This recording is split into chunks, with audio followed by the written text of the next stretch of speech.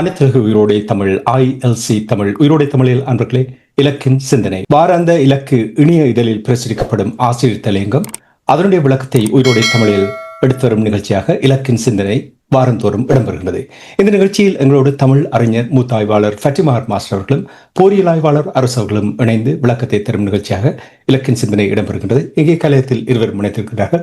வணக்கம் மாஸ்டர் அவர்களே. வணக்கம் தனாஞானி. வணக்கம் அரசு. வணக்கம் அரசு அவர்களே. வணக்கம் தனாஞானி. வணக்கம் மாஸ்டர். இருவருக்கும் வணக்கத்தை தெரிவித்துக் கொண்டு இன்றைய ஆசிரியர் தலையங்கம் நடைபெறும் மாற்றங்களுக்கான எதிர்வினைகள் மூலமாகவே ஈழத்தமிழர் இறமை பேணப்படலாம் எவ்வாறு என்று கூறுங்கள் மாஸ்டர். இன்று இலக்கின் சிந்தனையை தொடங்குகின்ற பொழுது வளமை போல 1965 கவிஞர் வாலி ஆசைமுகம் படத்துக்கு எழுதி TM சவுந்தரராஜன் பாடிய நாளொரு மேடை பொழுதொரு நடிப்பு அவன் பேர் மனிதன் என்ற அந்த பாடல் வரிகள் தான் நினைவுக்கு வருகின்றது. என்னன்னு சொன்னால், நாவினில் ஒன்று உள்ளத்தில் ஒன்று, பேசுவன் மனிதனல்ல என்ற கருத்துல அந்த பாடல் அமையும். அத்தோட கூரைகள் எல்லாம் கூட உயர்ந்தால் கோபுரமாவதில்லை, குருவிகள் எல்லாம் உயரப் பறந்தால் பறந்து விழாவதில்லை என்று முடியும். என்னன்னு சொன்னால், ஒரு திட்டமிடல் இல்லாமல் இலக்கில்லாமல் அரசியல் சென்று கொண்டிருக்கிறது. அதே மாதிரியாக பார்த்தீர்களா இருந்தால், உள்ளூராட்சிக்கு எப்படி ஆட்சியோ பிடிக்கிறது, பதவியில் எப்படி கொந்துறது என்றதான் தமிழரசு கட்சி மற்றவர்களோட பேச்சுவார்த்தை நடத்துது. அந்த நேரத்தில் தமிழ் தேசிய மக்கள் முன்னணியில தலைவர் கஜேந்திரகுமார் பொன்னம்பலம் தெளிவாக சொல்லி இருக்கிறார், கொள்கை அடிப்படையில் ஒரு உடன்பாடு ஏற்படுத்தப்படாமல் இணக்கப்பாடு ஏற்படுவதில் எந்த பயனும் இல்லை. அது ஓரளவு வரவேற்கத்தக்க ஒன்றா இருக்குது. அதே நேரத்தில் 1945 ஈழத்தமிழர்களை காலனித்துவ பிரித்தானிய அரசாங்கம் சோல்பரி அரசியலமைப்பினை அறிமுகம் செய்து சிங்கள பெரும்பான்மை வெற்றியாட்சி நாடாளுமன்ற ஆட்சி முறைக்குள் ஈழத்தமிழர் இறமை ஒடுக்கி 80 ஆண்டுகள் இந்த ஆண்டுடன் முடிகிறது. இங்க டே மே மாசத்துல உலகம் கொண்டாட இருக்கிறது. அதாவது ஐரோப்பாவுக்கு மேல பிரித்தானியாவின் தலைமையிலான நேசப்படைகள் ஜெர்மனியை வெற்றி கொண்ட அந்த ஹிட்லரை வெற்றி கொண்ட அந்த விழாவை கொண்டாட இருக்கல. இதே 45ஆம் ஆண்டுலதான் சோல்பரி அரசியலமைப்பை பிரித்தானியா 2வது உலக யுத்தத்துக்கு பின்னர் அறிமுகப்படுத்தி ஈழத்தமிழர்களுடைய இறமையை சிங்கள பெரும்பான்மை ஒற்றியாட்சி பாராளுமன்ற முறைமைக்குள் கொண்டு சென்றது என்பதை நாம் மறக்கக்கூடாது. அந்த வகையில இந்த பிரச்சனை காலனித்துவத்தால் தீர்க்கப்படாத உலக பிரச்சனையாக இருக்கிறது என்பதை இந்த ஆண்டிலே வெளிப்படுத்த வேண்டிய பொறுப்பு தாயகத்திலும் உலகெங்கும் இருக்கிற ஈழத்தமிழர்களுக்கு உண்டு. அதே நேரத்திலே ஐக்கிய நாடு சபையினுடைய பொதுச்செயலாளர் ஸ்ரீலங்காவுக்கு ஒரு மதிப்பீட்டை செய்வதற்காக போகின்றார். இந்த ஜூன் மாசத்திலே அது நடைபெற இருக்கின்ற நேரத்திலே தாயகத்திலும் அனைத்து உலக நாடுகளிலும் இருக்கின்ற ஈழத்தமிழர்களுடைய சிவில் சமூக அமைப்புகள் அவருடன் ஏதோ ஒரு வகையில் சந்திப்பையோ தொடர்பையோ மேற்கொண்டு புள்ளிவாய்க்கால் முதல் காசா வர உலகினுடைய சிறு தேச இனங்கள் திட்டமிட்ட முறையில இன அழிப்புக்குள்ளாக்கப்பட்டு பாதுகாப்பற்றவர்களாக மாற்றப்பட்டதன் பின்னர் அவர்களின் இறமையை ஒடுக்கி அவருடைய நிலத்தை ஆக்கிரமிக்கிறார்கள் என்ற உண்மையை வெளிப்படுத்த வேண்டியெல்லாம் இருக்கின்றார்கள் என்றால் உங்களுக்கு தெரியும். இப்ப காசா பிரச்சனையை பொறுத்த மட்டும் ஸ்பெயின், பிரான்ஸ், அயர்லாந்து, நோர்வே போன்ற சில ஐரோப்பிய நாடுகள் கூட இருதேச முறைமைக்குள் அந்த பிரச்சனை தீர்க்கப்பட வேண்டும் என்கின்ற அழுத்தத்தை கொடுத்து கடந்த வாரத்திலே ஸ்பெயின்ல மாநாட்டு நடத்தி இருப்பதும் எல்லோரும் அறிந்த உண்டு. ஆனால் இங்கு ஈழத்தமிழர்களை பொறுத்த மட்டிலே ஈழத்தமிழர்கள் இலங்கை தீவில் வரலாற்றுக்கு முற்பட்ட காலம் முதல் இன்று வரை தொன்மையும் தொடர்ச்சியுமான இறமையுடன் வாழ்ந்து கொண்டே இருக்கிறார்கள். அவர்கள் எந்த ஒரு நேரத்திலும் அந்த மண்ணை விட்டு முற்றாக வெளியேறிய வரலாறு இல்லை.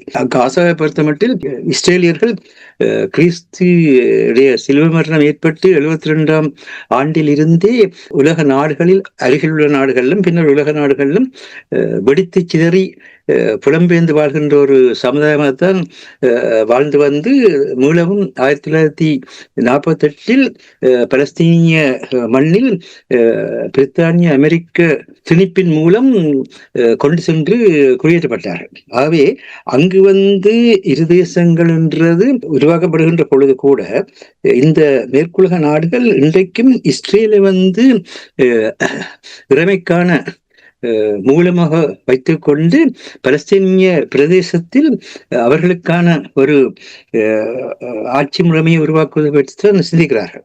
ஆனால் எங்களை பொறுத்த மட்டில் நாங்கள் எங்களுடைய மண்ணிலேயே வாழ்ந்து கொண்டிருக்கின்ற முறையில் எங்களுடைய இறைமையை ஏற்பதன் மூலமாக மட்டும்தான் எங்களுடைய பிரச்சனையை தீர்க்க முடியும். என்றால் ஈழத்தமிழர் தேசிய பிரச்சனை என்பதே ஈழத்தமிழர்களுடைய நிலத்தை அபகரிக்கிறதுக்காக, கடலை அபகரிக்கிறதுக்காக, வானை அபகரிக்கிறதுக்காக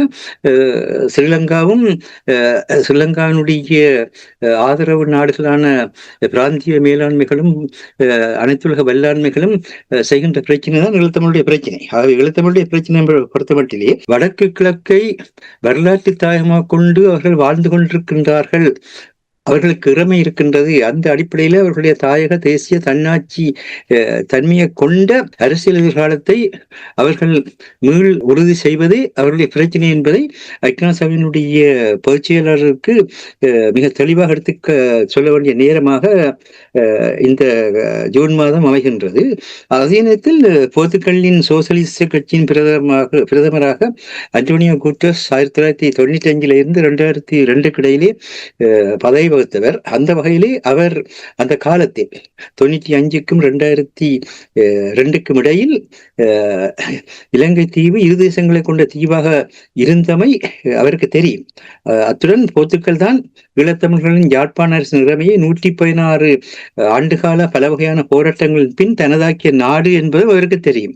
இந்த உண்மைகள் அடிப்படையில் ஐக்கிய நாடு சபையின் பொதுச் செயலாளர் அன்டோனியோ குட்டரஸ் அவர்கள் இந்த போர்த்துக்கல் அரசுடன் சேர்ந்து ஈழத்தமிழர்களுடைய வரலாறு பற்றிய உண்மை நிலையை வெளிப்படுத்துவது இந்த ஈழத்தமிழர்களுடைய தேசிய பிரச்சனைக்கான தீர்வுக்கு ஒரு மிகப்பெரிய சக்தி அளிக்கும் என்பது இலக்கினுடைய கருத்து. இது தொடர்பாக பரிசிலிருந்து செயற்படும் மனித உரிமை செயற்பாட்டாளர் திரு கிருபாகரன் அவர்கள் கடந்த வருடத்தில் கூட போர்த்துக்கல் அரசாங்கத்துடன் தொடர்பு கொண்டு போர்த்துக்கல் வந்து எங்களை காலனித்துவ நாடாக மாற்றிய பொழுது எங்களுடைய அரசு நிலை எப்படி இருந்தது என்பதை வெளிப்படுத்துவதற்கு கோவாவில் மற்றும் பாண்டிச்சேரியில் இருக்கின்ற மக்களுடைய துணையுடன் முயற்சிக்க வேண்டும் என்ற கருத்துக்கள் கூட தெரிவித்திருந்தார். இந்த நேரத்திலே அவர் போன்றவர்கள் மற்றைய மனித உரிமை செயற்பாட்டாளர்களை இணைத்து இந்த போர்த்துக்கல் நாட்டுக்கு அந்த போர்த்துக்கல் நாட்டினுடைய ஈழத்தமிழர் கொடுத்த அந்த பொறுப்பை வெளிப்படுத்த வேண்டும் என்பது இலக்கினுடைய ஒரு கருத்தாக அமைகின்றது. அதே மாதிரியாக ஐக்கிய நாடு சபையினுடைய பொதுச் செயலாளர் அவர்கள் இலங்கைக்கு செல்கின்ற நேரத்திலே ஸ்ரீலங்காவின் ஈழத்தமிழின் அழிப்பு தொடர்பான சாட்சியங்கள், ஆவணங்கள் இவற்றை வந்து அவரிடத்தில் நேரடியாகவோ அல்லது வேறு வழிகளிலோ கொண்டு சென்று சேர்க்க வேண்டிய பொறுப்பு ஈழத்தமிழர்களுக்கு இருக்கின்றது. இந்த வகையிலே இந்த எதிர்வரும் செப்டம்பர் மாதத்தில் இடம்பெற இருக்கின்ற ஐக்கிய நாடு சபையினுடைய மனித உரிமைகள் ஆணைக்குழுவில் அது ஈழத்தமிழர்களுடைய மனிதாய குற்றங்கள், யுத்த குற்றங்கள், ஈழத்தமிழருக்கு இழைக்கப்பட்ட மனிதாய குற்றங்கள், யுத்த குற்றங்கள், மனித உரிமை வன்முறைகள் குறித்த சாட்சியங்களை பதிவு செய்கின்ற அலுவலகத்தை தொடர்ந்து நீடிக்க செய்வதற்கான முயற்சிகளில் தாங்கள் ஈடுபட்டுக் கொண்டிருப்பதாக பிரித்தானிய தமிழர் பேரவையினர் கூறி வருகின்றார்கள். இப்போது அவர்களுக்கான பொறுப்பும் வருகின்றது. இப்பொழுது அவர்கள் இந்த ஐக்கிய நாடு சபையினுடைய பொதுச்செயலாளர் அங்கு போகின்ற நேரத்திலே இந்த ஈழத்தமிழர்களுடைய இந்த சாட்சியங்கள், ஆவணங்கள் ஆகியவற்றை எவ்வாறு இந்த குறுகிய காலத்துக்குள் ஐக்கிய நாடு சபையினுடைய பொதுச்செயலாளருக்கு அளிக்கப் போன்றால் என்பது இந்த மாதத்திலே அவர்கள் இந்த துறையிலே வேலை செய்து கொண்டிருக்கின்ற மத்திய செயற்பாட்டாளர்களுடன் இணைந்து செய்ய வேண்டிய ஒரு முக்கிய பணியாக இருக்கின்றது. இவற்றை நாங்கள் எதற்காக குறிப்பிடுகிறோம் என்று சொன்னால், ஐரோப்பிய ஒன்றியத்தினுடைய தலைமை பொறுப்பை போலந்து ஏற்க இருக்கின்ற நிலையில் போலந்துடைய வெளிவார அமைச்சர் ரடோஸ்லாவ் சிகோசியை ஸ்ரீலங்கா அழைத்து ஸ்ரீலங்காக்கான ஐரோப்பிய ஒன்றிய தூதுவர் காமன் மோரானா உட்பட சம்பந்தப்பட்ட அதிகாரிகளையும் இணைத்து ஸ்ரீலங்காவுடைய அரசு தலைவர் அனுரகுமார திசாநாயக்காவும் ஸ்ரீலங்காவுடைய பிரதமர் முனைவர் ஹரணி அபேசகராவும் பல கலந்துரையாடல்களை நடத்தியிருக்கின்றார்கள். இதன் வழியாக அவர்கள் ஐரோப்பிய ஒன்றியத்தினுடைய வரி சலுகையை பெறுவது ஒரு நோக்கம், மறுபுறத்திலே ஐக்கிய நாடு சபையில் தங்களுக்கான ஆதரவை வெளிப்படுத்துகின்ற செயலாக இருக்கின்றது. இவற்றை பார்க்கின்ற பொழுது எவ்விதமாக ஸ்ரீலங்கா அரசாங்கம் கடந்த வாரத்தில் எடுத்தீர்களாக இருந்தால், கொழும்பில் பல்வேறு வகையான வெளிநாட்டு தலைமைகள் அங்கே நின்றார்கள். நியூசிலாந்தினுடைய துணை பிரதமரும் வெளிவார அமைச்சராக இருப்பவரையும் கூட அங்கே அழைத்து பேசிக் கொண்டிருந்தார்கள். அவ்விதமாக பலர் அதை இப்பொழுது நேரம் காரணமாக விரிவாக எடுத்துக்கூற முடியவில்லை. விதமாக ஸ்ரீலங்கா எவ்விதமாக அனைத்துலர்களை மேற்கொண்டு கொண்டிருக்கின்ற காண்கின்ற ஈழத்தமிழர்கள் நாங்கள் அதற்குரிய முறையிலே செயற்படுகின்ற எதிர்வினை செய்கின்ற தன்மை இல்லாமல் இருப்பதனால் தான் அனைத்துலக நிலையிலே ஈழத்தமிழுடைய பிரச்சனையை முன்னெடுக்கலாத நிலை காணப்படுகின்றது. இப்ப அமெரிக்காவுடன் ஒரு வர்த்தக உடன்படிக்கை ஒன்று செய்து இந்த ஸ்ரீலங்காவுக்கான அமெரிக்காவினுடைய வரி விதிப்பை குறைப்பதற்கான குழு ஒன்று வாஷிங்டனிலே ஸ்ரீலங்காவின் குழு ஒன்று பேச்சுவார்த்தையில் ஈடுபட்டுக் கொண்டிருக்கின்றது. அதே நேரத்திலே நாடு கடந்த அரசாங்கம் தனது செனட்டும் பாராளுமன்றம் இணைந்த அவையில் மே 27 அன்று ட்ரம்பின் அரசு தலைவர் காலத்தில் தமிழகத்துக்கான சந்தர்ப்பங்கள் என்ற மையப்பொருளில் அனைத்துலக பேச்சாளர்கள் அழைத்து அமர்வினை நடத்தியுள்ளமை ஒரு காலத்தின் தேவை என்று இலக்கு வரவேற்கின்றது. அனைத்துலக சட்டங்களின் அடிப்படையில் ஈழத்தமிழர்களின் அரசு நிலைக்கான உரிமை என்ற மையப்பொருளிலும் ஸ்ரீலங்காவின் அரச இனவாதம் தேசிய மக்கள் சக்தியும் அந்த பாரம்பரியத்தை தொடர்கின்றது. ஸ்ரீலங்காவின் அரச இனவாதம் தேசிய மக்கள் சக்தியும் அந்த பாரம்பரியத்தை தொடர்கிறது என்ற மையப்பொருள் இந்த இருநாள் அமர்வில் நடைபெற்றிருக்கின்றன. அரசியல் சமூகமாக அரசு நிலை என்ற நூலின் ஆசிரியரும் ஹாங்காங் சீன பல்கலைக்கழகத்தின் சட்டத்துறை பேராசிரியருமான அலெக்ஸ் கிரீன் தன்னாட்சி ஒரு உரிமை என்பதையும் குடியேற்றம் அதனை அடைந்து கொள்வதற்கான வழி என்பதையும் இதற்கான சம்பந்தப்பட்ட மக்களிடையான பங்களிப்பு ஊக்குவிப்புகள் அதற்கான நிபுணத்துவ வழிகாட்டுடன் செய்யப்பட வேண்டிய அவசியத்தையும் அங்கு எடுத்து விளக்கி இருக்கின்றார். தேசியவாதம், பயங்கரவாதம், நாட்டுப்பற்று, இனவியல், போர்வுகங்கள் என்ற நூலின் ஆசிரியரான ஸ்ரகியூஸ் பல்கலைக்கழகத்தின் பேராசிரியை ஜமுனா சதாசிவம் அவர்கள் உலகின் ஒடுக்கப்பட்ட மக்களின் பூர்வகுடிகள் உள்ளடங்களாக ஒடுக்கப்பட்ட மக்களுடைய கூட்டமைப்புகளை ஏற்படுத்துவதன் அவசியத்தை பற்றி வலியுறுத்தி இருக்கின்றார். யாழ்ப்பாண பல்கலைக்கழகத்தின் முன்னாள் விரிவுரையாளரும் பொறியியல் ஆய்வாளருமான முனைவர் அருஸ் தேசிய மக்கள் சக்தியும் முன்னிய அரசுகள் போலவே இனவரி தன்மையாக செயற்படுவது என்பதை அதனுடைய இனவரி வரலாற்று பதிவுகளுடன் நடைமுறை செயற்பாடுடன் சுட்டிக்காட்டியதுடன் சிறுதேச அரசு நிலை இன்றைய உலகில் சாத்தியம் என்கின்ற விடயத்தை விதந்துரைத்திருக்கின்றார்.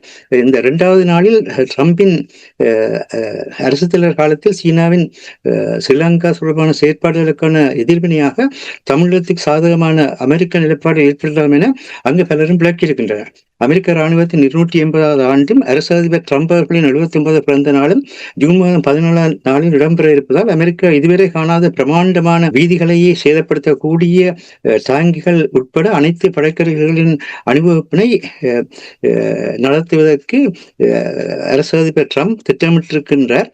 இந்த நிலையில் ட்ரம்பின் அரசாங்கத்துடன் தொடர்புகளில் நெருக்கமடைவது அவசியமாக இருக்கின்றது. அதாவது நடைபெற்று வரும் புதிய உலகியல் அரசியல் ஒழுங்குக்கான மாற்றங்கள் மற்றும் உள்ளூர் அரசியல் மாற்றங்களுக்கு அமைய எதிர்வினைகளை திட்டமிட்ட முறையில் நடத்துவதன் மூலமே ஈழத்தமிழர்கள் தங்கள் உரிமையை பேணலாம் என்பதே இலக்கின் இவ்வாறு எண்ணமாக இருக்கின்றது. நன்றி மாஸ்டர் அரசுகளே. இப்பொழுது மாஸ்டருடைய ஆசிரியர் தலையங்கத்திற்குரிய விடயத்தை கேட்கும் பொழுது ஐக்கிய நாடு சபையின் ஜூன் மாதம் செல்ல இருக்கிறார் என்று கூறியிருந்தார்.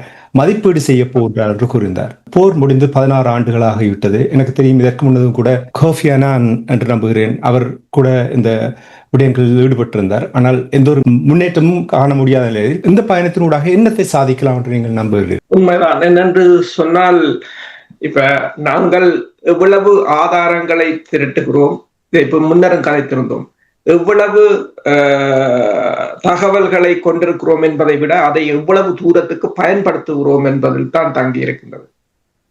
அதாவது நாங்கள் ஒற்றுமை தொடர்பாக பேசுகிறோம். பல அமைப்புகள், பல நிறுவனங்கள், பல அரசியல் கட்சிகளிடம் ஒரு ஒற்றுமை தேசம் தான் சார்ந்து, அந்த ஒற்றுமையை நாங்கள் உண்மையில் எங்களிடமிருந்தே ஆரம்பிக்க வேண்டும். அதான் மற்றவர்களை விட முதலில் நாங்கள் அதற்கு ஒரு உதாரணமாக இருக்க வேண்டும்.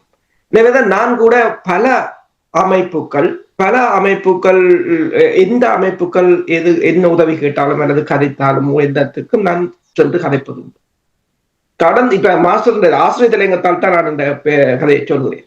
கடந்த முள்ளிவாய்க்கால் நிகழ்வின் போது நாடு கடந்த தமிழ் அரசு மேற்கொண்ட நியூயோர்க்கில் மேற்கொண்ட அந்த நிகழ்வில் பேசுவதற்காக அழைத்திருந்தார்கள். அப்போது என்னால் போக முடியவில்லை, ஒரு இங்கத்த சூழல் காரணமாக. எனவே காணொளியில் செய்திருந்தேன். அப்போது இரண்டு சொன்னால், இப்ப மாஸ்டர் ஒன்றை இதில் போட்டிருக்கிறார். என்னென்றால், அதாவது அமெரிக்காவுடனான வர்த்தக உடன்படிக்கை ஒன்றை ஸ்ரீலங்கா செய்ய உள்ள நேரத்தில் அமெரிக்காவில் தலைமையகத்தை கொண்டுள்ள ஈழத்தமிழர்களின் நாடு கடந்த அரசாங்கம் தனது செனட்டும் பாராளுமன்றம் இணைந்த அவையில் மே 27ஆம் நாள் ட்ரம்பின் அரசு தலைவர் காலத்தில் தமிழகத்துக்கான சந்தர்ப்பங்கள் என்ற ஒரு கருத்தரங்கை நிகழ்த்தியிருந்தோம். அப்ப அந்த பேச்சு அந்த நிகழ்வில் கலந்து கொள்வதற்கு முன்னர் உருத்ராமார் அண்ணியோட கதைச்சிருந்தேன். இப்ப நான் கேட்டது உண்டுதான், நாங்கள் ஒரு ட்ரம்போட கதைக்கலாமோ என்றால், இப்ப உங்களுக்கு தெரியும், ட்ரம்ப் எதுவும் ஒரு வார்த்தை சொன்னால் அது உலக பிரபல்யமாகும்.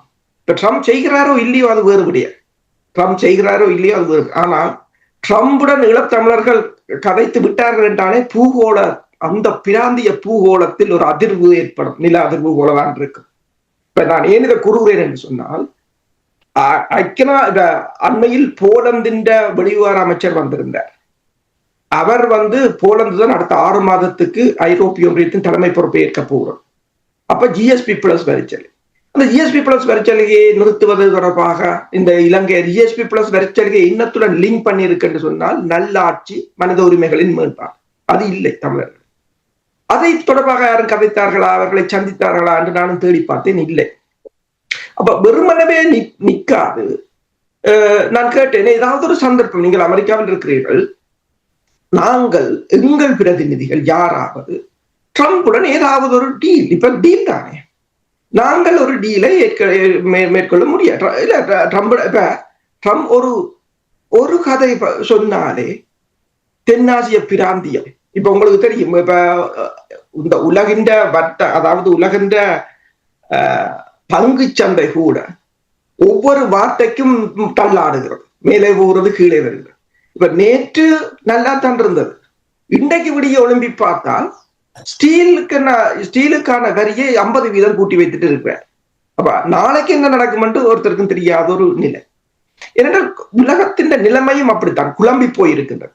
அண்மையில் ஒரு ஆய்வாளர் ஒருவர் பேசும்போது கூறியிருந்தார், இப்போது பயங்கரவாதத்துக்கான வரவிலக்கணம் என்ன? இல்லை, பயங்கரவாதத்துக்கு இப்ப வரவிலக்கணம் ஒரு நாட்டிடமும் இல்லை, ஐக்கிய நாடுகள் சபையிடமும் இல்லை. எல்லோரும் திண்டாடி கொண்டாடு. ஏனென்று சொன்னால், நீங்கள் அறிவித்த ஒருவர் தான் இன்றைக்கு சிரியாவில் தலைவராக இருக்கிறார். நீங்கள் தேடிய பயங்கரவாதத்தின் ஒருவர் இன்று சிரியாவில் தலைவராக இருக்கிறார். நீங்கள் பயங்கரவாதிகள் என்று முதல் படுகொலை செய்தவர்கள் இன்றைக்கு புனிதமானவர்களாக இருக்கிறார். அப்ப காலத்துக்கு ஏற்றதாக மாறுகின்றனர். நாங்கள் என்ன பிரச்சனை என்று சொன்னால், எங்களை பொறுத்தவரையில் நாங்கள் இந்தெந்த, அதாவது பயங்கரவாத தடுப்பு சட்டத்தை அகற்ற வேண்டும் என்று போராடுகிறோம். ஆனால் அதற்கான நடவடிக்கையை என்ன எடுத்தோம்? காணாமல் போனோர் தொடர்பாக 3000 நாட்கள் போராடுகிறோம். இலங்கையிடம் அந்த தீர்வு இல்லை என்று எங்களுக்கு தெரியும். அப்படி என்று சொன்னால் நாங்கள் அடுத்தது என்ன செய்ய போகிறோம்? சரி, பாங்கின் மூன் அமைத்தது எப்போது 2011ஆம் ஆண்டு. இன்றைக்கு 14 வருடம் அந்த குழு அமைக்கப்பட்டு அவர்கள் 40,000 பேர் இறந்ததென்று அவர்களே கூறியிருக்கிறார்கள். அதற்கான நீதி பொறிமுறை அப்போது அவர் வந்து வழங்கிய வாக்குறுதிகளை இப்போது செல்கின்ற ஐக்கிய நாடுகள் சபையின் பொதுச் செயலாளரிடம் யார் கேட்க போகிறார்கள்? ஆவணங்கள் இருக்கிறதா? இதுவரையில் நடைபெற்ற இப்ப குச்சவெளி என்ற ஒரு சிறிய பிரதேசத்தை எடுக்கும். 32 பௌத்த ஆலயங்கள், 2500 ஏக்கர் நிலங்கள். அபகரித்தவர்கள் யார்? அபகரித்தவர்கள் இலங்கை அரசின் அதிகாரி. அவ்வளவு பேரும் ஊழல்வாதிகள். இலங்கை அரசு அங்குள்ள எதிர்கட்சிகளை, அதாவது எதிர்கட்சிகளோ ஆளுங்கட்சி, அது வேறுபடியும் ஊழல் செய்தவர்களை தண்டிக்க முடியும் என்று சொன்னால் இலங்கை அரசின் ஊழல்களை தண்டிப்பதற்கு தமிழ் மக்கள் என்ன எடுத்தார்கள்? இலங்கை அரசுக்கு பொருளாதார ரீதியாக தண்டனை வழங்க தமிழ் அரசியல் கட்சிகள், புலம்பெயர் அமைப்புகள், தமிழ் ஆவலர்கள், தேசியவாதிகள் தயாரா? இப்ப இலங்கை தண்டனை வழங்குகிறது என்ன? இலங்கை தண்டனை வழங்குகிறது என்ன? ஊழல் செய்தவர், தங்கள் நாட்டுக்கு எதிராக, தங்கள் இனத்துக்கு எதிராக ஊழல் செய்தவர். இந்தியா தண்ணியை நிறுத்துகிறது ஏன்? தனது தேசத்துக்கு எதிராக செயற்பட்டவர்கள். இஸ்ரேல் தண்டனை வழங்குகிறது ஏன்? அதாவது கூட்டு தண்டனை என்று, தங்கள் நாட்டின் பாதுகாப்பு என்று சொல்லி. ஹமாஸ் தாக்குதல் நடத்துகிறது ஏன்? தங்கள் நாட்டின் தங்கள் மக்களின் இறமை என்று சொல்லி. கூதிஸ் அமைப்பு இந்த இஸ்ரேலின் பொருளாதாரத்தை முடக்குகிறது. தங்கள் இனத்தின் சபைகள், தங்கள் இனத்தின் இறமையை பாதுகாப்பதற்கு நீங்கள் இலங்கையின் எதை முடக்கினீர்கள்? சரி, இப்ப ஊர்வலம் போறீர்கள், கட்டிடத்தை கட்டுறீர்கள், திறக்கிறீர்கள், விழாவை இருக்கிறீர்கள், பொங்கல் வைக்கிறீர்கள், அது வெவ்வேறு விடயம், படங்களை போடுகிறீர்கள். என்னத்தை? இலங்கை அரசின் பொருளாதாரத்தை முடக்குவதற்கு, இலங்கை அரசின் ராஜதந்திர உறவுகளை முடக்குவதற்கு. சரி, இலங்கை அரசுக்கு எதிராக நீங்கள் இந்த நாடுகளை ஒருங்கிணைப்பதற்கு. இதுதான் நான் கேட்ட ஒரே ஒரு கேள்வியின் அர்த்தம். ட்ரம்புடன் நாங்கள் கதைக்கலாமா? நாங்கள் என்று சொன்னால் எங்கள் யாராவது பிரதிநிதிகள் அந்த, அதாவது தமிழ் மக்களிடம் செல்வம் இருக்கின்றது. 3000 5000 வருஷத்து கல் தோன்றி மண் தோன்றா காலத்து மூத்த குடி என்று சொன்னால் ஒரு ட்ரம்போடையே கதைக்க முடியாத நீங்கள், உங்களிடம் மிக பெருமளவான விஞ்ஞானிகள் இருக்கிறார்கள், படித்தவர்கள் இருக்கிறார்கள், செல்வந்தர்கள் இருக்கிறார்கள் என்று எழுதி கொட்டுவதால் எதுவுமே நடக்கிறார். அதை யார் வாசிக்கிறார்கள் என்று எனக்கு பலருக்கு இப்ப வாசிக்கிறதே வெறுத்து போச்சு பார்த்தா. என்று சொல்ல ஏதாவது ஒன்று நடக்க வேண்டும். சரி, நீங்கள் மூத்த குடி, நீங்கள் தான் உலகில் பழமையானவர்கள், நீங்கள் தான் உலகிலேயே மிகச்சிறந்த கல்விமான்கள், செல்வந்தர்கள் என்று சொன்னால் 6வது போய் கதைத்து பாருங்கள். ஐரோப்பிய ஒன்றியத்துடன் கதையுங்கள். உலக நாடுகள் உங்களை அங்கீகரிக்கிற அளவுக்கு. இப்ப வவுனியாவில் போராடுகிறவர்கள் இறுதியாக ஒன்றை கேட்கிறார்கள். யுனெஸ்கோவிடம் நீங்கள் ஒரு கடிதம் ஒன்றையும் அவர்கள் கடிதத்தையும் போட்டிருக்கிறார்கள். அந்த கடிதத்தில் எங்கள் தொல்லியல், எங்கள் நிலங்கள், எங்கள் தொன்மை எல்லாத்தையும் அளிக்கிறார்கள். இதை யுனெஸ்கோ பாதுகாக்க வேண்டும். அந்த கடிதத்தை எல்லோரும் அனுப்புங்கள் என்று கூட கேட்டிருக்கிறார்கள். என்ன சொல்ற, இலங்கையின் பாராளுமன்றத்தில் பேசுவதாலும் இலங்கை அரசை திருப்பி சொல்வதாலும் இது நடக்காது. அதென்றால் நாங்கள் எங்கள் மக்களை ஏமாற்றுகிறோம். நீங்கள் வெளியில வாங்க. வெளியில வந்து இப்ப பாருங்கள், இந்தியாவுக்கும் பாகிஸ்தானுக்கும் இடம்பெற்ற போருக்கு பிறகு என்ன நடக்குது? 4 குழு எல்லா பக்கமும் போறாங்க. இப்ப இது இன்னொரு அதிசயம் ஒன்று நடக்கிறது பாருங்கள். இலங்கையில, இந்தியாவில, அதுதான் பெங்கால் முதலமைச்சர் ஒன்றை கூறியிருந்தார். இந்தியாவில் நடக்கிற அதிசயம் என்னென்றால், எல்லா எதிர்கட்சியும் சேர்ந்து நாடாக போகிறது தற்போதைய அரசுக்கு ஆதரவாக பிரச்சாரம். ஏன்னா இந்த போர், பாகிஸ்தான் என்ற போர் என்ற வந்தவுடன் காங்கிரஸ் கூட, இப்ப அமெரிக்காவுக்கு போயிருக்கிற அமைப்பு நாடாளுமன்ற குழுவுக்கு தலைவர் வந்து காங்கிரஸ் எதிர்கட்சி. ஆனாலும் அந்த தங்கள் நாட்டுக்காக அவர்கள் போகிறார்கள். ஒரு மிகப்பெரிய பிராந்திய வல்லரசு. உண்மை, நீங்கள் கூறுவது உண்மையான விடயம். அதாவது ஈழத்தமிழர்களை பொறுத்தமட்டில் தேசியம் பேசும் பொழுது தங்களுடைய சுயநலத்துக்காகத்தான் தேசியத்தை பேசுகிறார்கள் தோடைய தேசியத்தினுடைய நலன் கருதி இவர்கள் செயல்படுவதில்லை என்பதை நீங்கள் கூறுவதை நான் உங்களோடு ஒத்து போகிறேன். இதுதான் மண்ணிலும் சரி புலத்திலும் சரி எப்பொழுதெல்லாம் அதான். அதனால் தான் ஒரு திட்டம் இல்லை. திட்டம் இருந்தால் நீங்கள் பொறுப்பு கூற வேண்டி வரும். இப்படி வைத்துக் கொண்டிருந்தால் தங்களுக்கு தேவையான விதத்தில் சலுகைகளை அனுபவிக்கலாம், அரசியல்வாதிகளும் சரி அமைப்புகளும் சரி. இங்கே நீங்கள் கூறிய ஒரு விடயத்தை நான் இங்கே சுட்டிக்காட்ட விரும்புகிறேன். அதாவது காலத்தில் ஏற்படுகின்ற மாற்றங்களில் இப்ப நீங்கள் கூறினீர்கள் பயங்கரவாதத்திற்கு இந்த வரவிலக்கணம் என்று கூறினீர்கள். மேற்கத்திய நாடுகளுடைய வேலையெல்லாம் இப்படித்தான். தங்களுக்கு எது அளவாக இருக்கிறதோ அப்பொழுதெல்லாம் மாற்றிக்கொண்டே இருப்பார் தேவை வரும்பொழுது. இப்போ புதுவிதமான முறையை கொண்டு வர என்ற அரச பயங்கரவாதம் இப்பொழுது தலைதூக்கி நிற்கின்றது. இஸ்ரேலில் நடக்கின்றது அரச பயங்கரவாதம் இல்லை என்றால் வேறு என்ன? நீங்கள் டொனால்ட் ட்ரம்ப் தொடர்பாக கூறும்பொழுது நான் மாஸ்டரிடம் 2 வாரங்களுக்கு முன்னதாக கூறினேன், விடுதலை புலிகளுடைய நிதி அமெரிக்காவில் முடக்கப்பட்டிருக்கின்றது. நான் இப்ப மாஸ்டர் சொன்னேன், அந்த நிதியை அங்கே அமெரிக்காவில் முதலீடு செய்ய டொனால்ட் ட்ரம்ப் அனுமதி கொடுத்தால் அவரை அதை எடுத்து முதலீடு செய்யுங்கள் என்று சொன்னால் நிச்சயமாக தமிழ் அதான் இவ்வாறான வழிகளை நாங்கள் கண்டுபிடிக்காவிட்டு இல்ல வெறுமனவே மாஸ்டரிடம் வருகின்றேன். மாஸ்டர், நீங்கள் இப்பொழுது சாட்சியங்கள் ஆவணங்கள் என்றெல்லாம் கூறினீர்கள். எனக்கு நல்ல ஞாபகம் இருக்கிறது. 10 ஆண்டுகளுக்கு முன்னதாக பிரித்தானியாவில் இந்த சனி ஞாயிறு இந்த குறிப்பிட்ட இடத்தில் ஆவணங்கள் திரட்டுகிறோம், சாட்சியங்கள் திரட்டுகிறோம் என்று பெரிய ஒரு கேம்பெயின் நடந்துச்சு. அதில் நாங்களும் பின்னால் நின்று இந்த வானொலியிலிருந்து இந்த இடங்களில் இந்த அமைப்பு இவ்வளவு ஆதாரங்களை திரட்டுங்கள், பாருங்கள், போகுங்கள், எல்லா விடயங்களையும் கொடுங்கள் என்று சொன்னார்கள். நீங்கள் இப்பொழுது கூறுவீர்கள் இனித்தான் பகுப்பாய்வு செய்ய போறார்கள், மதிப்பீடு செய்ய போறார்கள். அப்ப இவ்வளவு பரு சொன்னார், திரட்டுவது ஒன்று, அதை பயன்படுத்துவது பாரு என்று. அப்ப இவ்வளவு காலம் என்ன செய்தீர்கள்? படுத்துக் கொண்டிருந்தீர்களா? கூறுங்கள் மாஸ்டர், என்ன நடந்தது? இல்ல, அது அருமையான ஒரு சிந்தனை. ஏன்னு சொன்னால் அதுக்காகத்தான் நான் இந்த மனித உரிமைகள் செயற்பாட்டாளர்களாக செயற்பட்டுக் கொண்டிருக்கின்ற 3 அமைப்பையும் இங்கே குறிப்பிட்டோம். கிருபாகரன் பாரிஸிலிருந்து செயற்பட்டுக் கொண்டிருக்கின்றார், பிரித்தானிய தமிழர் பேரவை செயற்பட்டுக் கொண்டிருக்கின்றது. நாடு கடந்த அரசாங்கமும் தமிழ் மக்களுடைய மனித உரிமைகளுடைய அடிப்படையில் அதனுடைய இறைமையை நிலைநாட்டுக்கு செயற்பட்டுக் கொண்டிருக்கின்றன. இவைகளுக்குள்ளே இருக்கின்ற பிரச்சனைகளும் எங்களுக்கு தெரியும். நாங்கள் இதே வானிலைகளில் அவர்களுக்கு அவர்கள் எவ்வாறு செயற்பட வேண்டும் என்று கூறிய நேரத்தில் எல்லாம் இந்த 3 அமைப்புகளும் கூட எங்களுடன் முட்டி மோதின வரலாற்றை கொண்டிருக்கின்றோம். ஆனால் இன்றைக்கு அவர்களே உணர்கின்றார்கள் இந்த நிலையில் நாடு இருக்கின்றது. அதனால தான் இந்த நேரத்தில் நாடு கடந்த அரசாங்கம் நாடு கடந்த அரசாங்கத்துக்கும் எங்களுக்கும் இடையில் கொள்கையளவிலேயே வேறுபாடுகள் இருக்கலாம், அது வேறு விடயம். ஆனால் ஒவ்வொருவரும் எதை செய்கின்றார்களோ அதை நன்றாக செய்யுங்கள் என்றுதான் இந்த ஆசிரியர் எழுதினோம். அரசு கூட மிக தெளிவாக கூறினர். அதாவது யாராக இருந்தாலும் எந்த ஒரு உலகினுடைய தலைமைத்துவ சக்திகளுடனும் தொடர்பாடல் செய்யக்கூடிய நிலையில் இருந்தால் தொடர்பாடல் செய்யுங்கள் என்றுதான் கூறுகின்றோம். அதற்கு ஊக்கமளிக்கத்தான் கூறுகின்றமே ஒழிய யாருடைய செயற்பாடுகளையும் அங்கீகரித்த முற்றுமுழுதாக அங்கீகரித்த நிலையில் நாங்கள் பேசவில்லை. அப்படி அங்கீகரிக்க முடியாது. ஏனென்றால் அரசியலில் எப்பொழுதுமே இந்த குத்துக்கரணம் தோப்புக்கரணம் எல்லாம் இருக்கும். அதாலதான் இந்த தொடங்குகின்ற பொழுது மிக தெளிவாக சொன்னேன், இந்த நாவலின் ஒன்றும் உள்ளத்தில் ஒன்றும் வைத்து பேசுவர் மனிதர் அல்ல. இந்த அரசியல்ல இருக்கவே இருக்காது, எல்லாருக்குமே இருக்கின்ற பிரச்சனை. அதனால தனாஞானி இந்த இடத்துல நீங்கள் அந்த ரியாலிட்டியை, அதாவது எப்படி எங்களுடைய அரசியல் யதார்த்தம் இருக்கிறது என்பதை சுட்டிக்காட்டி இருக்கின்றீர்கள். நாங்கள் அரசியல் யதார்த்தம் இதுதான் என்றதை புரிந்து கொண்டால்தான் அதிலிருந்து வெளியே வரலாம். ஆனால் யாரையுமே நாங்கள் குறை சொல்லவில்லை என்ற உங்களுக்கு இருக்கின்ற அறிவு, உங்களுக்கு இருக்கின்ற அனுபவம், உங்களுக்கு இருக்கின்ற செல்வாக்கு, உங்களுக்கு இருக்கின்ற தொடர்புகள் பின்னணியில் தான் உங்களுடைய வாழ்க்கையை நீங்கள் கட்டமைப்பீர்கள். அதுதான் மனிதனுடைய இயல்புத்தன்மை. யாரையும் குறை சொல்ல முடியாது. அதே மாதிரி அரசாங்கங்களும் எந்த அரசாங்கமா இருந்தாலும் தன்னுடைய தேவைகள் அடிப்படையில் தான் செயற்படும். இன்றைய காலையில பாத்தீங்களா இருந்தால், நான் இந்த ஆசிரியர் எழுதினதுக்கு பிறகு பிரித்தானியாவினுடைய முதலமைச்சர் பிரதமர் கியர் ஸ்டாமருக்கு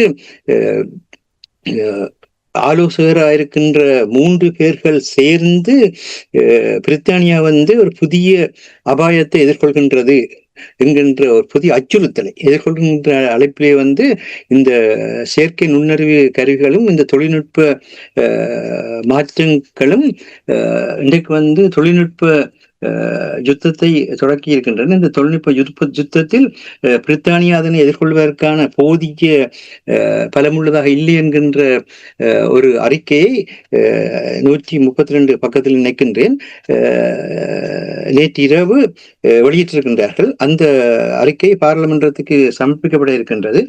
அந்த அறிக்கையிலே அவர்கள் சொல்கின்ற விடயம் என்னவென்றால், ஏற்கனவே ரஷ்யா பிரித்தானியாவுடன் இந்த தொழில்நுட்ப யுத்தத்தை தொடங்கிவிட்டது, நடைபெற்றுக் கொண்டிருக்கின்றது. அதே நேரத்திலே வந்து ரஷ்யாவுக்கு ஈரான் வந்து ட்ரோன்ஸை வந்து வழங்குகிற நாடாக இருக்கிறது. சீனா வந்து காம்போனன்ட்ஸை, அதாவது அதனுடைய படைப்பல கருவிகளை வழங்குகின்ற, கருவிகளுக்கான பாகங்களை வழங்குகின்ற நாடாக இருக்கிறது. அடுத்தது வடகொரியா வந்து அதனுடைய யுத்தத்துக்கான ஆளணியை வழங்குகின்ற நாடாக இருக்கின்றது. இந்த இந்த இந்த ஒரு நெருக்கமான ஒரு கூட்டமைப்புகளாக இன்றைய உலகம் செயல்படுகின்றது. அந்த அறிக்கையில் வந்து சீனாவை பிரித்தானியாவுக்கான நேரடி பகைமையாக அவர்கள் கூறவில்லை, ஆனால் அச்சுறுத்தலாக வரலாம் என்கின்ற ஒரு கருத்தை தான் கூறுகின்றார்கள். இவ்விதமாக வந்து பிரித்தானியா மட்டுமல்ல, ஐரோப்பிய ஒன்றிய நாடுகளே தங்களுக்கான ஒரு ஐரோப்பிய இராணுவத்தை உக்ரைனில் கொண்டு சென்று நிலைப்படுத்துவதற்கு முயற்சிக்கின்றார்கள். ஜெர்மனிய புதிய அரசு தலைவர் மெர்ஸ் அவர்கள் மிக தெளிவாக உக்ரைன் வந்து ஏவுகணைகளை செய்வதாக இருந்தால் அதற்கான அனைத்து வளங்களையும் வழங்க தயாராக இருக்கின்ற கூறுகின்றார். ஆகவே இப்பொழுது ஐரோப்பிய நாடுகள், பிரித்தானியா உட்பட எல்லா நாடுகளுமே கிட்டத்தட்ட மொத்த தேசிய வருமானத்தில் 3% இந்த பாதுகாப்பு செலவுகளுக்காக செலவிடுகின்றார்கள். இது மிக தெளிவாக தெரிகின்றது.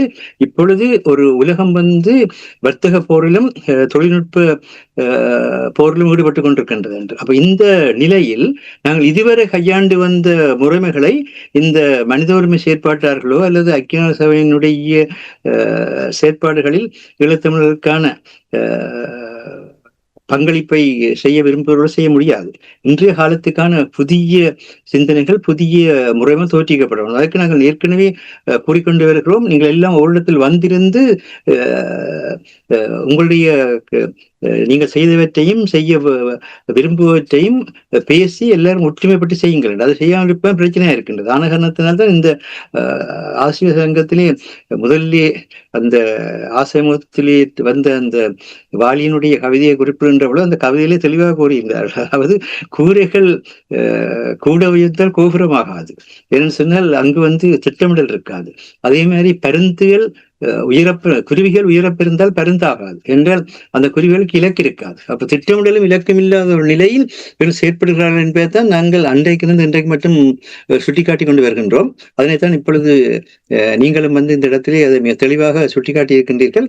அப்படி சொல்லுகின்ற பொழுது கூட எங்களுடைய மண்ணுக்கு மேலும் மக்களுக்கு மேலும் இருக்கின்ற அந்த உங்களுடைய தேச பற்றை உங்களுடைய அந்த சொல்லாடலே காணக்கூடியதா இருந்தது, முகத்திலே காணக்கூடியதா இருந்தது என்றால் எங்களை அறியாமலே ஒரு வேதனை, எங்களை அறியாமலே ஒரு வெறுப்பு, இவ்வளவெல்லாம் இருந்தும் எல்லோருமே நீங்க சொன்ன மாதிரி இந்த இவர்கள் எல்லாருமே பற்பல செயற்பாடுகள் செய்திருக்கின்றார்கள். அதில் வந்து எல்லோருமே பங்களிப்புடன் செய்திருக்கின்றார்கள். ஆனால் எந்த ஒரு அமைப்பாலும் வந்து எதுவுமே செய்ய முடியாத நிலையில் இருக்கின்றார்கள். ஸ்ரீலங்கா இப்ப அரசு கூறினார், இந்த GS+ வரிச்சலுகைக்காக வந்து போலந்தை கூப்பிட்டு வைத்துக் கொண்டிருக்கின்ற நேரத்திலே என்ன செய்கின்றார்கள், தமிழ் பகுதிகளில் வந்து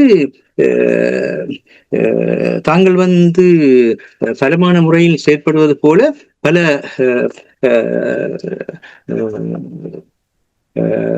செயற்திட்டங்கள் அங்கு நடைபெறுவதை வெளிப்படுத்துகிறார்கள். சர்வதேச தொழிலாளர் ஸ்தாபனம், ஆஸ்திரேலிய அரசாங்கத்தினது, நோர்வே அரசாங்கத்தின் பங்காண்மையுடன் குரோ என்ற கருத்திட்டத்தினை வடக்கிலே வந்து அமுல் நடத்துகின்றது. குரோ என்று சொன்னால் பணிபுரிவதற்கான மீளெழுச்சி தன்மை மிக்க வாய்ப்புகளை உருவாக்கல், ஜெனரேட்டிங் ரீசைலண்ட் ஆப்பர்ச்சுனிட்டிஸ் ஃபார் ஒர்க் என்பதுதான் அந்த திட்டத்தினுடைய தன்மை. இதுக்கு வந்து ஆஸ்திரேலியாவும் மற்றும் நாடுகளுமா சேர்ந்து 2.8 மில்லியன் அமெரிக்க டாலர்களை உதவி இருக்கின்றார்கள். 75,000க்கும் மேற்பட்ட பெண் தலைமை குடும்பங்களையும் 21,000க்கும் மேற்பட்ட வலுவிழந்தவர்களையும் கொண்டுள்ள வடமாகாணம் பல வருட மோதலை தொடர்ந்தும் பொருளாதார நெருக்கடியை தொடர்ந்தும் தீவிரமடைந்து வரும் காலநிலை ஆபத்துக்களை தொடர்ந்தும் கணிசமான சவால்களுக்கு தொடர்ந்து முகம் கொடுக்கிறதுன்னு சொல்லி பொருளாதார வலுவூட்டல், சமூக உள்ளடக்கம் மற்றும் காலநிலை மீண்டெழும் தன்மை ஆகியவற்றை கொண்ட ஒரு மும்முனை தந்திரோபாயத்தை தாங்கள் செய்வதாக வெளிப்படுத்துகின்றார்கள். இந்த நேரத்திலே தாங்கள் வந்து அங்கே தமிழர்களுக்கான அபிவிருத்தியை செய்வதாக காட்டுகின்றார்கள். அதே போன்றுதான் நீங்கள் பார்த்துக்கிறதா இருந்தால் இந்த நேரத்திலே வந்து வடக்கிலே வந்து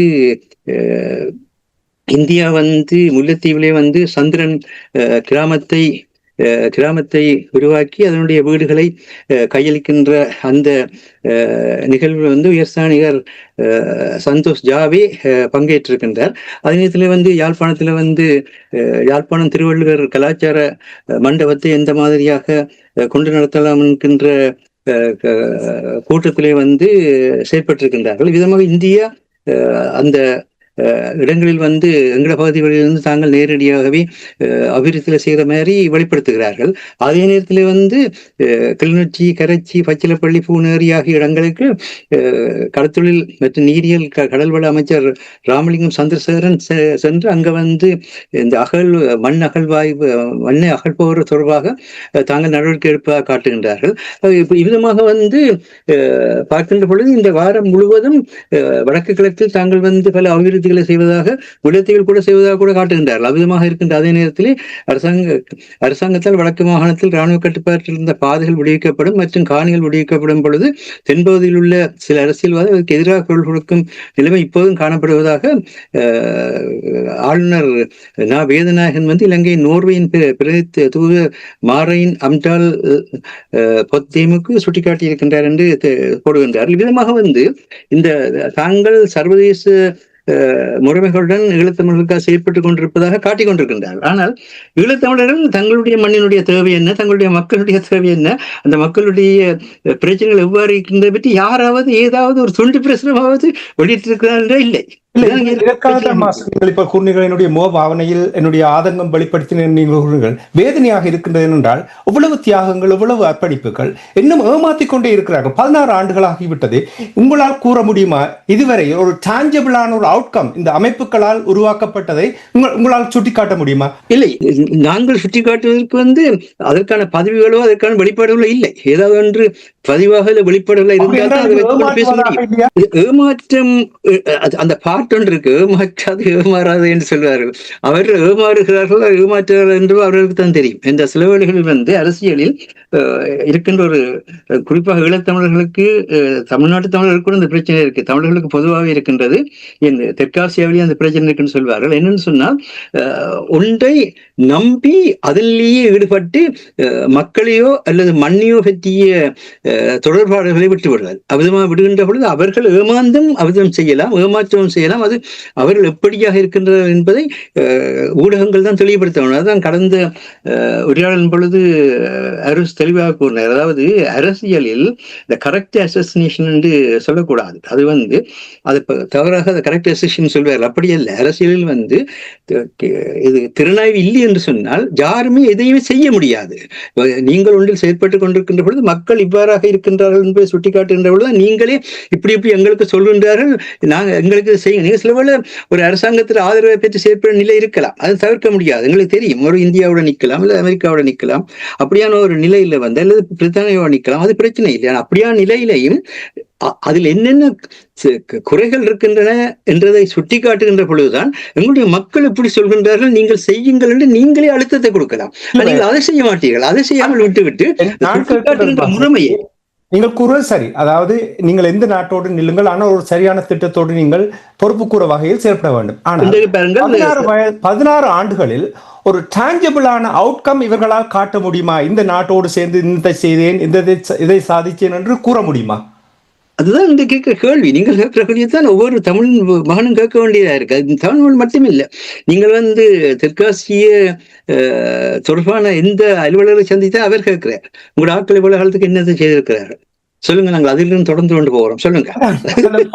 சொல்ல அடுக்க நீங்கள் கூறுகிறார் ஒரு ஃபாலோ அப் இருக்காது. ஒரு கூட்டத்தை சந்தித்து விட்டால் அதிலிருந்து ஒரு ஃபாலோ அப் இருக்கு. இப்ப பாருங்கள், தமிழர் தாயகத்தில் நாடாளுமன்ற உறுப்பினர்கள் தொடர்பாக நாங்கள் விமர்சனங்களை மேற்கொண்டோம். ஓரளவுக்கு சின்ன மாற்றம் பெறுகின்றது. இருந்தாலும் கூட அவர்களிடம் பக்குவம் இல்லாத ஒரு நிலைமையில் தொடர்ந்து பார்க்கக்கூடிய இருக்கிறது. அந்த மாற்றத்தை அவர்கள் ஏற்படுத்த வேண்டும். ஆனால் இங்கே புலம்பெயர்ந்து வாழுகின்ற நாடுகள் இருக்கின்ற அமைப்புகள் சரியாக கையாளவில்லை என்று சொன்னால், இவர் பாருங்கள், எத்தனை தரவுகள் கூறியிருக்கின்றோம். ஒரு தனி அமைப்பு, ஒரு தனி நாடாளுமன்ற உறுப்பினர்கள் ஒன்றையுமே சாதிக்க முடியாது என்பதை எப்பொழுது புரிந்து கொள்ளப் போகிறார்கள்? அது மிக முக்கியமான விடயம். அதாவது இதை சொல்லுகின்ற பொழுது நீங்கள் கஷ்டப்பட்டு வேலை செய்கிறீர்கள், நீங்கள் தான் பலன் பெறும் நினைக்கின்றீர்கள், அது எங்களுக்கு தெரியும். ஆனால் பலன் கிடைக்கவில்லை என்ற பற்றி கூறுகின்றோம். ஆகவே யாரையுமே நாங்கள் குறை சொல்லவில்லை. ஏனென்னு சொன்னால் அந்த மாதிரியான ஒரு கட்டமைப்புகளால தான் தமிழர்களுடைய சமூக பொருளாதார அரசியல் ஆன்மீக தளங்கள் நகர்ந்து கொண்டிருக்கின்றன. இது அறிவில இருக்கின்ற பிரச்சனை, அறிவூட்டலில் இருக்கின்ற பிரச்சனை, பொருளாதார வெளிப்படுத்தலில் இருக்கின்ற பிரச்சனை. அறிவூட்டலும் பொருளாதார வெளிப்படுத்தலும் இல்லாவிட்டால், அதாவது மனிதனுடைய அடிப்படை பிரச்சனையே வறுமையும் அறியாமையும் தான். இந்த வறுமையை நீக்குவதற்கான சக்தியை நாங்கள் அளிக்கவில்லை என்று சொன்னால், அந்த அறியாமையை நீக்குவதற்கான சக்தியை நாங்கள் அளிக்கவில்லை என்று சொன்னால் மனிதன் நசுக்கப்படுவான். இதன் உலக வரலாறு. ஆனவர்ணத்தை ட்ரம்ப் என்னத்துக்காக வேண்டி, ட்ரம்ப் என்ன அமெரிக்காவுடைய ரெப்புடேஷன், அமெரிக்காவுடைய அந்த தன்மையை போற்ற வேண்டும் என்ற உணர்வு ட்ரம்புக்கு இல்லையா? நிறைய இருக்குது. ஆனா என்ன பிரச்சனை, அமெரிக்காவுடைய பொருளாதாரம் படுமோசமாக விழுந்து கொண்டிருக்கிறது. எப்படியாவது என்ன விதத்தில் என்றாலும் சரி, அந்த பொருளாதாரத்தை கட்டி எழுப்பினால்தான் என்னுடைய மக்கள் வாழ்வார்கள், நாடு வாழும். அந்த இடத்துல நிர்வாகத்தை கூட அவர்கள் கொன்ற பார்க்கிறார்கள், இனவாதத்தை கூட கொன்ற பார்க்கிறார்கள். அதுகளை கூட இன்றைக்கு போர்த்துகல்ல கூட இதுவரை இல்லாத மாதிரி ஒரு பலசாரி ஆட்சியான் எதிர்கட்சியா வந்திருக்கு. அப்படியான நிலை இருக்கின்றது. இப்ப நடந்து கொண்டிருக்கின்ற தேர்தல் எங்க பார்த்தீங்கன்னா, இங்கேயும் கூட நஜீல் ஃபரூக் அடுத்த பிரதமராக வருவார் என்ற அளவுக்கு ஊடகங்கள் எல்லாம் இப்பயே பேச தொடங்கிவிட்டார். அது உண்மையும் இருக்கிறது, இல்லை என்று இல்லை என்றால், அவர் ஒரு அரசியல்வாதி என்ற முறையில் மக்கள் எதை விரும்புகிறார்களோ, மக்கள் எதை செய்கிறாரோ அதை செய்ய முயல்கின்றார். அது எங்களுக்கு அது நிராமதம் மாதிரி தெரியும். ஆனா அவருக்கு தெரியும் அதை செய்வதன் மூலமா தான் மக்களுடைய ஆதரவை பெற வேண்டும். இதைத்தான் அன்றகுமார திசுநாயக்க ஆட்சியும் செய்து கொண்டிருக்கின்றது. அங்கு எது எதுவெல்லாம் செய்யப்படவில்லையோ அதையெல்லாம் செய்யப்படுவதாக காட்டுகிறார்கள். இப்ப பிரதமர் முனைவர் ஹரிணி அபேசகர் இந்த பெண்களுடைய மாத விலக்கு ஒரு பெருமை என்ற தலைப்பில் ஒரு சர்வதேச மாநாட்டை பிரான்ஸ்ல நடத்தி இருக்கின்றார். என்றால் எங்களை பொறுத்தமற்ற எங்களுடைய சமூக அமைப்பிலே இந்த பெண்களுடைய மாத விலக்கு என்பதை வைத்துக் கொண்டே பெண்களுடைய உரிமைகளை நசுக்குகின்ற, அவர்களுடைய மனித சமத்துவத்தை இல்லாமல் செய்கின்ற, அவர்களுடைய வளர்ச்சியை இல்லாமல் செய்கின்ற சமூக கொள்கைகளை எல்லாம் வளர்த்து வைத்துக் கொண்டிருக்கின்றோம். ஆனால் அவர் அதை சொல்லி இலங்கையில் அரசாங்கம் பள்ளிக்கூடங்களிலே பெண்களுக்கான சானிட்டரி நெப்கின்ஸை இலவசமாக வழங்குகின்றது. அதை மேலும் வழங்குவதற்கு வரி குறைப்புகளையும் நாடுகள் உதவியையும் கேட்டிருக்கின்றது. சின்ன விடயம் மாதிரி இருந்தாலும் அதை செய்கின்ற பொழுது அதனால் பாதிக்கப்பட்டிருக்கின்ற இளம் தமிழ் பெண்களும் கூட இதுவரை இந்த விடயத்திலே நாங்கள் அக்கறை எடுக்கிறோம் இல்லை. அது ஒரு இயற்கையினுடைய ஒரு வெளிப்பாடு. அதன் வழியாக பெண்ணுடைய உரிமை நசுக்கப்படக்கூடாது என்று யாருமே பேச மாட்டோம். என்றது ஆன்மீகம் என்று கொண்டு ஒதுக்கி விட்டுருவோம். இவ்விதமாக ஆன்மீகம், விதமாக கட்சித்தன்மை, விதமாக அந்த தன்மை இந்த தன்மை என்றெல்லாம் நாங்கள் ஓடி ஒதுங்குகின்ற காரணத்தினால்தான் இளம் தமிழ் சமுதாயம் இன்றைக்கு எந்த அளவு தூரத்துக்கு ஈழத்தமிழருடைய பிரச்சனையில் அக்கறை காட்டுகின்றது என்பது ஆய்வுக்குரிய கேள்வியாக இருக்கின்றது. நன்றி மாஸ்டர். ஆய்வுக்குள்ள கேள்வி ஒன்று, அதே நேரத்தில் தூய்மையாக இருக்க வேண்டும். அவ்வளவு தியாகங்கள், அர்ப்பணிப்புகள், எல்லோரும் நீங்கள் ஏதோ செய்கிறீர்கள் என்று கூறுகிறீர்கள். எவ்வளவு தூரம் நீங்கள் தூய்மையாக இருக்கிறீர்கள்? தூய்மை தமிழர்களுக்கு இப்பொழுது நொந்த இனமாக, இன அழிப்புகள் உள்ளாக்கப்பட்ட இனமாக, எழும்ப முடியாமல் திக்குமுக்காடி கொண்டிருக்கின்ற இனத்துக்கு நீங்கள் தூய்மையாக இல்லை என்றால் இதிலிருந்து நாங்கள் என்ன நீங்க சொல்றதுல முக்கியமான தன்மை என்னென்றால், தமிழனால் செய்ய முடியாத எதுவும் இல்லை. நிதிவளம் இருக்கிறது, மதிவளம் இருக்கிறது, தொழில்நுட்பத்தை படைக்கக்கூடிய திறன் இருக்கின்றது, அறிவியல்ல வளரக்கூடிய தன்மை இருக்கின்ற இருந்தும் எங்களாலேயே நாங்கள் பின்னடைவு இன்னைக்கு சென்று கொண்டிருக்கின்றோம் என்பதுதான் முக்கிய விடயம். இங்கே சொல்லலாம் அரசாங்கம் இதில் கொண்டு அனுமதிக்காதுன்னு சொல்லலாம், தெரிந்த விடயம். ஆனால் அதே பாராளுமன்றத்துக்குள், அதே அமைச்சரவைக்குள் மாத்திரம் ஏன் சிக்கிக்கொண்டு நிற்கிறீர்கள்? அதே பாராளுமன்றத்தில் உங்களுக்கு எந்த சட்டவாக்கத்தையும் செய்யக்கூடிய எந்த விதமான வாக்குப்பலமும் கிடையாது. அதே மாதிரி அதே அமைச்சரவையில் உங்களுக்கான எந்த ஒரு நிர்வாகத்தன்மையும் பெறுவதற்குரிய எதுவுமே கிடையாது. அந்த பாராளுமன்றத்துடைய சட்ட அமலாக்க துறைகளில் சட்டத்தின் முன் நீங்கள் சமம் என்ற நிலையே இல்லை. அப்படி இருக்க அதற்குள்ளேயே மட்டும் அது நீங்கள் சர்வைவல் மெக்கானிசத்துக்கு தப்பி பிழைக்கிற பொறுமுறைக்கு நீங்க போங்கள் வாங்க. ஆனால் உங்களுக்கான கொள்கை எங்க, உங்களுக்கான இணக்கப்பாடு என்பது அதன் கையேந்திர பொன்னம்பலம் அவர்கள் இந்த தமிழ் மக்களுடைய ஊடக விழிப்புணர்வுகளுக்கு பிறகு அவர் இப்பொழுது பேச தொடங்குகிறார். எப்பொழுதும் கூட கூறுகின்றார், எங்களுக்கான ஒரு கொள்கை இணக்க உடன்பாடு இல்லாமல் எதுவும் செய்ய முடியாது என்று. அது மாத்திரம் இல்லை, அரசாங்கம் இப்பொழுது தேசிய ஊடக கொள்கையை வகுக்கிறதுக்கு ஸ்ரீலங்கா அரசாங்கம் முனைந்து கொண்டிருக்கிறது. தெரியுதில்லை எங்களுக்கு என்னெல்லாம் நடந்து கொண்டிருக்கிறது. தேசிய ஊடக கொள்கையை உருவாக்குவதற்கு அவர்கள் அனைத்து துறை நிபுணர்களையும் கூப்பிட்டு பேசிக் கொண்டிருக்கிறார். அவ்விதமாக ஸ்ரீலங்கா அரசாங்கம் பயங்கரவாத தடை சட்டத்துக்கு நீக்குவோம் என்று சொல்லி அந்த பயங்கரவாத சட்டத்தாலேயே பாதிக்கப்பட்டவர்கள் நாங்கள் என்று கூறி ஆட்சிக்கு வந்த தேசிய மக்கள் சக்தி இந்த பயங்கரவாத சட்டத்துக்கு பதிலாக புதிய ஒரு பயங்கரவாத தடை சட்டத்தை கொண்டு வருவதற்கு தான் முயற்சிக்கின்றது. அதே கொழும்பிலே இருக்கின்ற 100க்கும் மேற்பட்ட சிவில் சமூக அமைப்புகள் ஒன்று சேர்ந்து அதை எதிர்த்து பேச்சு நடத்தினால் எங்களோட பக்கத்தில் இருந்து எத்தனை சிவில் சமூக அமைப்புகளை நீங்கள் ஒருங்கு சேர்த்து கொண்டு போய் இந்த பயங்கரவாத தடை சட்டத்தை நீங்கள் இன்னொரு சட்டத்தை கொண்டு வருவது என்பது அதை 1979ஆம் ஆண்டிலிருந்து இன்று வரை நீங்கள் ஈழத்தமிழரை ஒடுக்குவதற்கு கையாளுகின்ற இன்னொரு உத்தியாகத்தான் அமைகின்றது என்று யார் சொல்கிறார்கள்? எல்லாம் வந்து அவரிடத்திலே போய், அதாவது கள்ளனிடத்திலே போய் களவுக்கு தீர்வு கேட்பது போல அரசாங்கத்திடமே தான் போய் பேசுகிறவர்களுடைய உங்களை சிவில் சமூக அமைப்புகள் கட்டியெழுப்புங்கள். சிவில் சமூக அமைப்புகளை கட்டியெழுப்பதான் பொது வேட்பாளரை நியமித்த பொழுது ஊடகத்துறையில் அதை எல்லோருமாக ஆதரித்தோம். அது கூட நடைமுறையில் சாத்தியப்படவில்லை. இப்பொழுது கையேந்திரகுமார் பொன்னம்பலம் அவர்களுடைய பின்னணியிலே உருவாக்கப்படுகின்ற இந்த தமிழ் தேசிய பேரவையை வலுப்படுத்தும்படியும் அந்த வகையில் தான் கேட்கணும். எங்களுக்கு யார் நீங்கள் செயற்படுகின்ற என்பது பிரச்சனை இல்லை. அரசியல் ஒவ்வொரு நீங்கள் ஆட்சியை பிடிப்பதற்கும் மக்களை கவர்வதற்கும் பல வேலைகளை செய்வீர்கள், எங்களுக்கு தெரியும். ஆனால் அதனுடைய அந்த வேலை திட்டத்தின் பயன் வந்து மக்களை சென்றடைய வேண்டும் என்பதுதான் எங்களுடைய வேண்டுகோளாக இருக்கின்றது. நன்றி மாஸ்டர். யாரையுமே குறை கூறவில்லை. ஒவ்வொருத்தரும் தங்களுடைய தரத்துக்கேற்றவாறு நீங்கள் செயல்படுகிறீர்கள் என்பது தெரிகிறது. ஆனால் ப்ராஜெக்ட் ஒன்றை நாங்கள் எழுதினால் எப்பொழுது ஒரு பியர் ரிவ்யூவுக்கு அனுப்புவார்கள். அதைத்தான் நாங்கள் இங்கே பார்த்துக் கொண்டிருக்கின்றது தெளிவாக தெரிகின்றது. இந்த 16 ஆண்டுகளில் ஒரு இஞ்சு கூட நாங்கள் நகரவில்லை. தமிழர்களாக பிரித்தானியாவுக்கு போராபத்தென்ற நேற்றைக்கிற வெளிவந்த அந்த அறிக்கையை கூட பாராளுமன்றத்துக்கு சமர்ப்பிக்கின்றார்கள், ஊடகங்களுக்கு கொடுக்கின்றார்கள், மக்களிடத்தில் கொண்டு போகிறார்கள், கருத்துக்களை கேட்கின்றார்கள். அதை நாங்கள் செய்கின்றோம் இல்லையே, அதான் பிரச்சனையாக இருக்கின்றதான் சொல்லுறோம். அதான் தனித்தனியாக இருந்து செய்வதால் எந்த ஒன்றையுமே சாதிக்க முடியாது. முழுமையாக இணைந்தால் தான் அதை சாதிக்க முடியும் என்று கூறிக்கொண்டு அரசவர்களை மாஸ்டர் ஐக்கிய நாடுகள் சபை தொடர்பாக கூறும்பொழுது அதை கேட்டதும் எனக்கு ஏற்றுக்கொள்வதற்கு கடினமாக இருக்கிறது. ஐக்கிய நாடுகள் சபை பொது சபையாக இருக்கட்டும், பாதுகாப்பு சபையாக இருக்கும், அவர்களால் ஒன்றுமே செயல்படுத்த முடியாது என்பதை இப்பொழுது சமீப காலங்களில் வெளிப்படுத்தி விட்டார்கள். இஸ்ரேல் ரஷ்யா தொடர்பாக இன்னும் தமிழர்கள் அந்த ஐக்கிய நாடுகள் சபையினூடாக ஏதாவது சாதிக்கலாம் என்று நம்பிக்கொண்டிருப்பதில் வழியை காட்டும் என்று நீங்கள் நம்புகிறீர்கள், அல்லது மாற்று வழியை காண வேண்டிய ஒரு நேரம் வந்து விட்டதா? தமிழர்களை பொறுத்தவரையில் இப்ப நாங்கள் முன்னரும் பேசும்போது கூறியிருக்கிறோம், உங்களுக்கு ஒரு விஷன் இருக்கணும், அதுக்கேற்ற மிஷன் இருக்கணும். அது ரெண்டும் இல்லை. அவர்களின் விஷன் என்னவென்று சொன்னால், தங்களை ஒரு குறுநில மன்னர்களாக, தங்கள் குடும்பத்துக்கும் தங்கள் சுற்றத்துக்கும் தாங்களும் ஒரு தலைவர், அல்லது தாங்களும் ஒரு அமைப்பை நடத்துகிறோம், அல்லது தாங்களும் ஏதோ ஒன்றை நாட்டுக்கு செய்கிறோம் என்று உள்ளதையும் நாசமாக்குறது தான் மிச்சம். திருவள்ளுவர் சிலை ஒன்று ஆக்ஸ்போர்ட்டுக்கு வரப்போவதாக இப்போது ஒரு வாட்ஸ்அப் குழு ஒன்றில் பார்த்தேன். யாழ்ப்பாணத்தையே மாற்றி இருக்கிறார்கள் திருவள்ளுவர் கலாச்சாரம். திருவள்ளுவர் ஓகே, திருவள்ளுவரை நாங்கள் குறை கூறவில்லை, அவர் இந்தியாவிலேயே இருக்கட்டும், எங்களுக்கு நிறைய வேலை இருக்கின்றது. இப்ப திருவள்ளுவர் எங்களுக்கு முக்கிய பிரச்சனை இல்லை, எங்களுக்கு இருக்க வேண்டிய வேலை நிறைய இருக்கின்றது. திருவள்ளுவரை அவர்கள் வைக்கட்டும், பிரச்சனை இல்லை. நாங்கள் திருவள்ளுவருக்கு எதிராகவும் இல்லை, காந்திக்கு எதிராகவும் இல்லை. திலீபன் எப்போது இறந்தார அண்டையிலிருந்து நான் பெருசாக காந்தியை பற்றி கதைப்பதில்லை. என்று சொன்னால் அவரை விட இரு கோடுகள் தத்துவம். திலீபன் அந்த தியாகம் வந்து அதுக்கு காந்தி கிட்ட நிற்க முடியாது. அது என்ற கருத்து, சொந்த கருத்து, என்ற கருத்து. அதே போலதான் திருவள்ளுவர் உண்மையில் நல்ல கருத்துக்களை கூறியிருக்கிறார். அந்த கருத்துக்களின் அடிப்படையில் நீங்க இயங்குகிறீர்களா? சரி, அவருக்கு சிலை வைப்பதை விட அவர் கூறிய கருத்துக்கள் உங்கள் இனத்துக்காக நீங்கள் அவர் உங்களுக்கு விளங்கக்கூடிய மாதிரி 2 வரியில் தான் சொல்லிட்டு போயிருக்கிறேன். என்ன கணக்காண்டா வாசிக்க மாட்டாங்க. இப்ப ட்ரெண்ட அவர் அப்பவே சொல்லியிருக்கிறேன். இப்ப உங்களுக்கு தெரியும், வீடியோ கூட 5 நிமிஷம் 10 நிமிஷத்துக்கு மேல பார்க்க மாட்டேன். நீங்க சொல்ல வர கருத்தும் குயிக்கா சொன்னா தான் கேட்பார். அதே போலதான் சொல்லியிருக்கிறேன். சரி, அதை கேட்டு நடத்தீர்களா?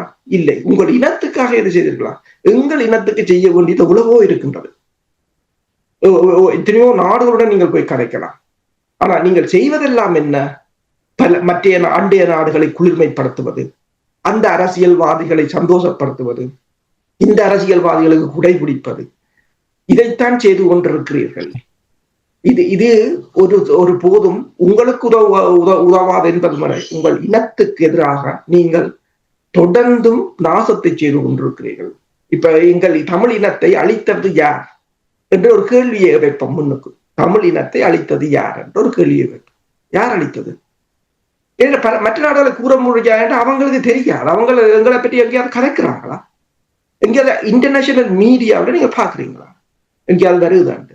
ஆக முள்ளிவாய்க்கால் இடம்பெற்ற போது அல் ஜசீரா ஒரு கட்டுரையை போட்டிருந்தது. உங்களுக்கு ஏதோ ஒரு வகையில் அவங்க உதவி செய்ய வராங்க. சரி, அதையாவது பற்றி பிடிப்போம். நீங்கள் எந்த ஒரு உலக நிகழ்வுகளும் நீங்கள் இல்லை. காசாவில் இருந்தால் நீங்கள் இல்லை, அது இங்கே ஒன்று நீங்கள் கூறுகிறீர்கள். உக்ரைன் பிரச்சனை ரஷ்யா அதுல நீங்கள் இல்லை. ஒரு சிறிய இனம் என்றால் மாலதீவு என்றால் யாழ்ப்பாணத்தின் பாப்புலேஷனை விட குறைவு. நான் இதை நெடுக கூறுவது என்றாலும் இன்றைக்கு அது ஒரு மைய புள்ளியா இருக்கிறது. யாழ்ப்பாணத்தின் பாப்புலேஷன் குறைவு. அப்ப நாங்கள் அவங்களுக்கும் இல்லை, அவங்களும் எங்களை பற்றி பேசுவதும் இல்லை. அதாவது இந்த உலகத்தின் கவனக்குவிவில கூட நாங்கள் இல்லை.